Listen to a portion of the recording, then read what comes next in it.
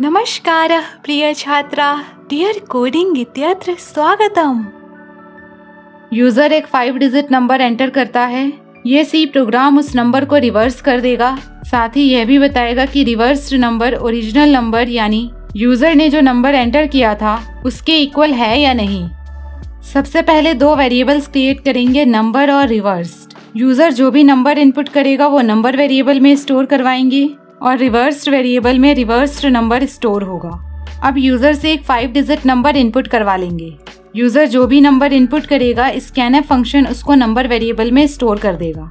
एक वेरिएबल और क्रिएट करेंगे ओरिजिनल, क्योंकि नंबर वेरिएबल पर आगे प्रोग्राम में बहुत सारी कैलकुलेशंस होंगी जिससे नंबर वेरिएबल चेंज हो जाएगा, तो यूजर ने जो नंबर इनपुट किया है वो लॉस्ट हो जाएगा। हमें आगे प्रोग्राम में ओरिजिनल नंबर और रिवर्स्ड नंबर को कंपेयर करना है, इसलिए नंबर वेरिएबल का वैल्यू खोए नहीं, इसलिए इसको एक दूसरा ओरिजिनल वेरिएबल क्रिएट करके उसमें स्टोर कर देंगे। नंबर को रिवर्स करने के लिए इसमें से लास्ट से एक एक डिजिट एक्सट्रैक्ट करते जाएंगे। ये काम मॉड्यूलस ऑपरेटर की मदद से होगा और एक्सट्रैक्टर डिजिट को 10 की एक पावर से मल्टीप्लाई करेंगे। किस 10 की पावर से मल्टीप्लाई करेंगे ये डिपेंड करेगा कि उस डिजिट का रिवर्स्ड नंबर में क्या प्लेस होना चाहिए, और फिर फाइनली जो भी रिजल्ट आएगा उसको रिवर्स्ड वेरिएबल में ऐड कर देंगे। एडिशन के बाद जो रिजल्ट आएगा उसको रिवर्स्ड वेरिएबल में ही स्टोर कर देंगे। फिर ओरिजिनल नंबर यानी नंबर को 10 से डिवाइड कर देंगे। फिर जैसे जैसे लास्ट से एक एक डिजिट का काम होता जाएगा तो नंबर वेरिएबल में से उस डिजिट को रिमूव करते जाएंगे और रिजल्ट को नंबर वेरिएबल में ही स्टोर कर देंगे। इससे नंबर वेरिएबल हर एक डिजिट का काम होने के बाद अपडेट होता रहेगा। नंबर में से लास्ट डिजिट रिमूव करने के लिए नंबर को 10 से डिवाइड करना होगा। ओके, तो सबसे पहले तो नंबर में से एक डिजिट एक्सट्रैक्ट किया, नंबर मॉड्यूलस 10, फिर एक्सट्रैक्टर डिजिट को एक 10 की पावर से मल्टीप्लाई कर दिया। क्योंकि 5 डिजिट नंबर का लास्ट डिजिट रिवर्स्ड नंबर में फर्स्ट डिजिट बनेगा, मतलब रिवर्स्ड नंबर में वह फर्स्ट प्लेस पर रहेगा।